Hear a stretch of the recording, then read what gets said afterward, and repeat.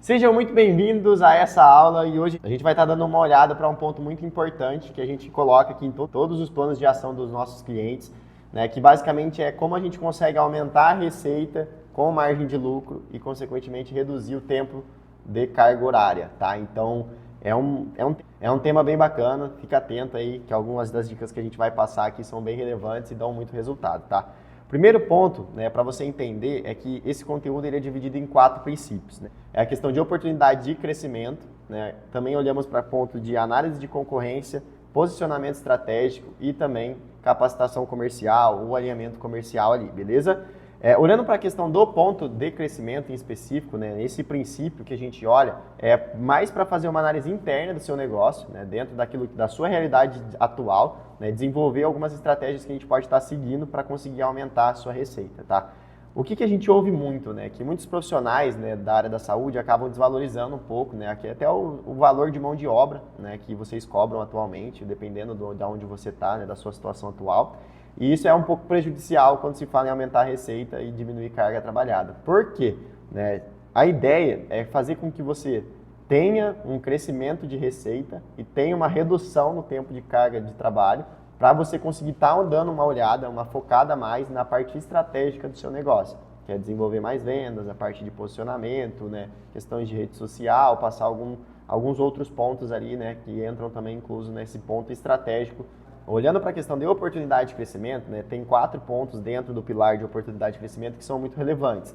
Que é a questão de olhar para procedimentos e produtos que vocês têm aí dentro da clínica, né, dentro do seu ambiente de trabalho, que você consiga ter uma boa margem de lucro. Além disso, olhar também para procedimentos de um ticket médio maior, né, então procedimentos mais caros. Um outro ponto também que é interessante de estar olhando, quais produtos e serviços vocês conseguem estar fazendo pacotes.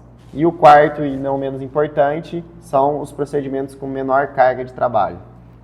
Para te contextualizar um pouco melhor, eu vou te explicar aqui e trazer alguns exemplos, tá? Quando a gente olha, né, para questões de margem de lucro, normalmente na área da saúde a gente encara ali, né, alguns serviços e produtos que a gente consegue ter uma margem de lucro de 50% a 70%. Esses são os que a gente deve focar. Procedimentos que têm margem de lucro abaixo disso, obviamente vai depender do tamanho da sua operação também, né? Se você tem uma clínica muito grande, consequentemente você tem um custo fixo, né, um pouco maior. Se você é autônomo, consequentemente você tem um custo fixo um pouco menor. Mas a ideia é sempre focar em procedimentos de maior margem de lucro, tá?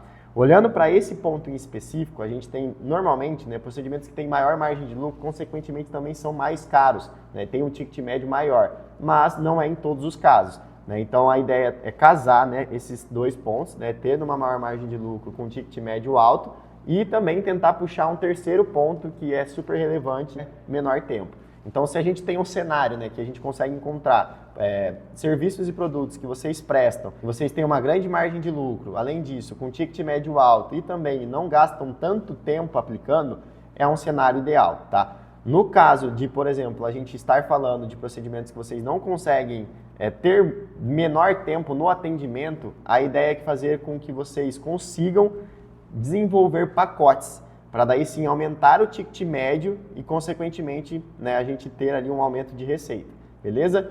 Então, esses são os 4 pontos ali que a gente poderia estar olhando para seguir, né, nessa linha de raciocínio de aumento de receita.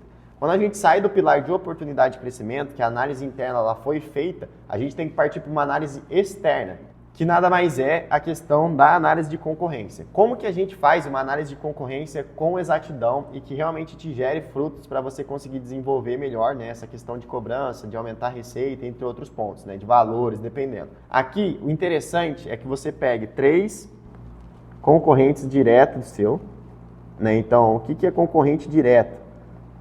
É basicamente pessoas que fazem a mesma coisa que você faz, né, de procedimentos, entre outros pontos. Pegar também 3 referências. Referências já é a nível nacional, tá? Então, pegar pessoas que vocês se espelham para estar entendendo como que essas pessoas trabalham, certo? Pegando as 3 referências e os 3 concorrentes, tá? Vocês não precisam se limitar a esse número, vocês podem buscar mais, que é mais interessante ainda, porque vocês vão ter mais dados para analisar, tá? Então, pegando, né, essas referências e concorrentes, você vai fazer o quê? Basicamente um cliente oculto, né? Sim, você vai mandar mensagem para todo mundo, né, que você separou aqui, como se fosse uma outra pessoa. Pega o celular de mãe, tio, amiga, se cadastra em tudo que é possível dentro dessas pessoas para você entender você vai fazer o cliente oculto completo. Então, basicamente, dentro dessas 3 referências e 3 concorrentes que você separou, você vai entrar, né, como se fosse uma outra pessoa, e entrar em contato, né, e se cadastrar, dar mensagens, entre outros pontos, e você vai entender 3 pontos em específico, que é o quê? Como elas ofertam o serviço dela, né, essas pessoas, esses seus concorrentes ofertam os serviços, como eles fazem esse serviço, né, como que eles se posicionam, e além disso, você vai olhar quanto eles cobram, tá? Para você entender se você está na média ali de valor do mercado de pessoas que você encara como concorrentes e referências, tá? Obviamente, normalmente referências, o valor, né, agregado dele é um pouco maior, mas deu para entender a linha de raciocínio, né? Então, com essas informações, você vai montar um material, né, com todos esses pontos. E depois disso, daí a gente entra para o outro ponto, que é a parte de posicionamento estratégico. A gente só consegue fazer um posicionamento muito bem feito quando a gente já tem, né, a questão dos produtos, quando a gente olha para a oportunidade de crescimento. Aqui o ideal, né, é pegar de 1 a 4 produtos, tá? E serviços, porque para conseguir dar uma variada, né, e dependendo validar qual deles dá melhor resultado para você.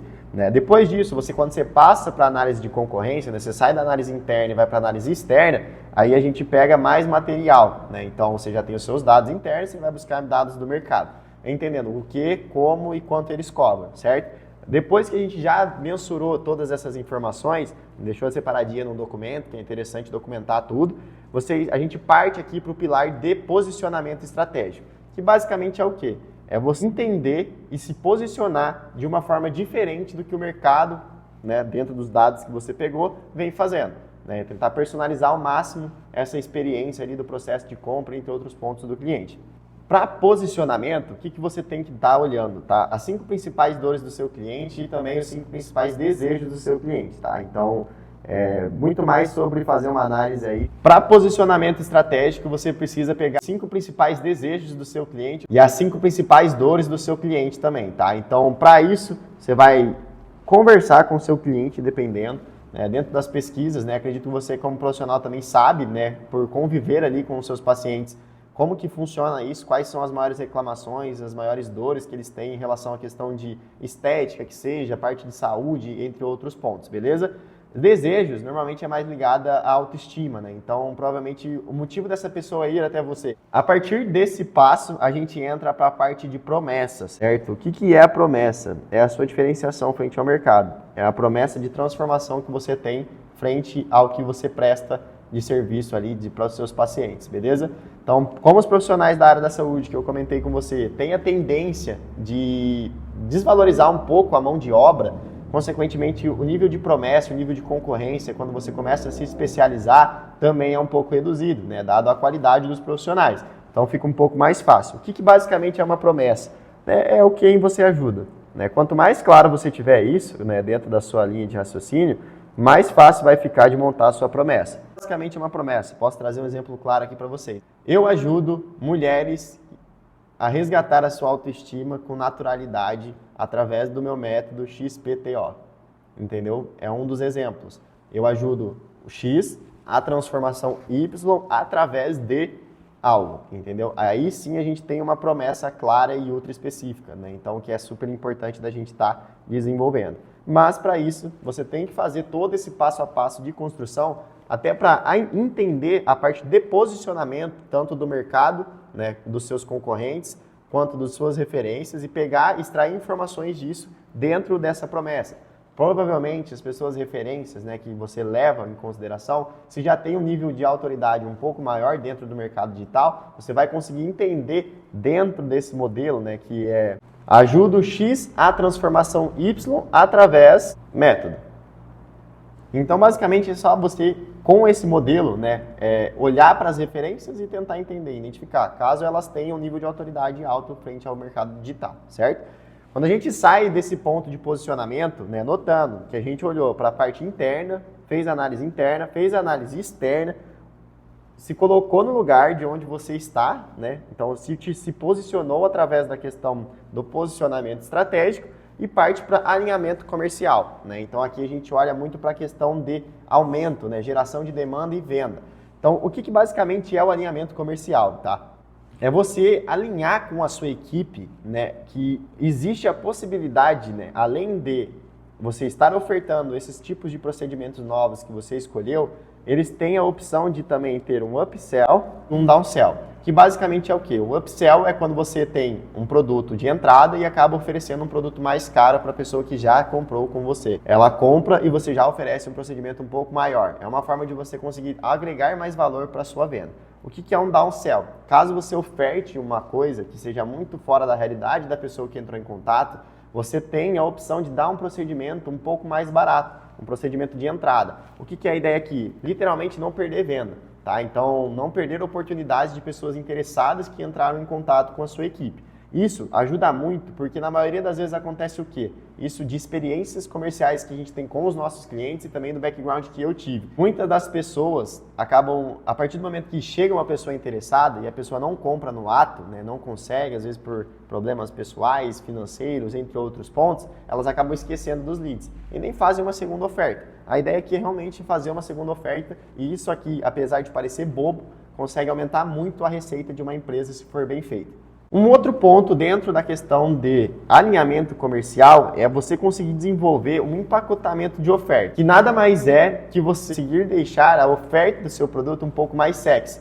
né? Então, como fazer isso? É trazendo pacotes, premiações, alguns brindes, né? Então, tem várias e várias formas de você empacotar o serviço para quando a pessoa olhar para aquilo, realmente sentir o desejo e a necessidade de comprar de você. Então, é realmente deixar a oferta mais sexy, tá? Tem muitas formas de fazer isso, com copy, entre outras formas ali, né, de vídeo, comunicação, tem várias formas, vários formatos também. O terceiro ponto, nada mais é que CRM, né? Na tradução ali, né, é um sistema de relacionamento com o seu cliente, que a ideia dele é trazer controle, né, e dados para você conseguir desenvolver e melhorar a sua performance comercial. Então, o uso de CRM, ele, na maioria das vezes, não tem tanta frequência nesse nicho de saúde, porque a maioria das pessoas acabam fazendo um contato via WhatsApp e acabam abandonando aqueles leads. No máximo, a pessoa mais organizada etiqueta dentro do WhatsApp para conseguir identificar ali os padrões de contato e tudo mais. Mas o uso da tecnologia dentro da parte de alinhamento comercial é essencial para o negócio rodar tranquilo, porque lá você tem informações concentradas e também consegue ter um controle de contato com o cliente, o que facilita muito esse aumento de receita, porque você deixa de perder oportunidades de venda também, ou se não, você consegue resgatar oportunidades de venda que já estavam perdidas, entre aspas. Beleza? Dado isso, que tudo que a gente conversou, né, olhando para os tópicos, oportunidade de crescimento, separar de 1 a 4 procedimentos ali que você realiza, né, atendimentos que tem uma maior margem de lucro, que tem um tempo de atendimento médio baixo, e além disso, um ticket médio bom, se por acaso não der, tentar empacotar serviços que são complementares ou até mesmo que não são tão complementares assim, olhar para a parte da análise de concorrência, para pegar as referências e os concorrentes, entender o que eles estão fazendo, como eles estão fazendo e o quanto eles estão cobrando. Além disso, com essas informações, a gente trazer para dentro da sua operação o seu posicionamento, conseguir te posicionar da forma certa para você atacar o seu público-alvo correto e conseguir mostrar a sua promessa também, né, para trazer mais pessoas, gerar mais audiência. E também, olhando para o ponto de comercial, consegue desenvolver a estratégia de aumento de receita, né? Isso é o que a gente faz com a maioria dos nossos clientes. E é um método que a gente já validou e que dá resultado. Então, pode confiar, faz essa análise com calma, tá? Isso não é uma coisa que se constrói com um dia, e sim vários dias, até porque envolve terceiros, né, de concorrentes, né, para você fazer o cliente oculto. Mas já vai dar um bom norte aí para você estar conseguindo aumentar a sua receita. Beleza? É isso, tamo junto.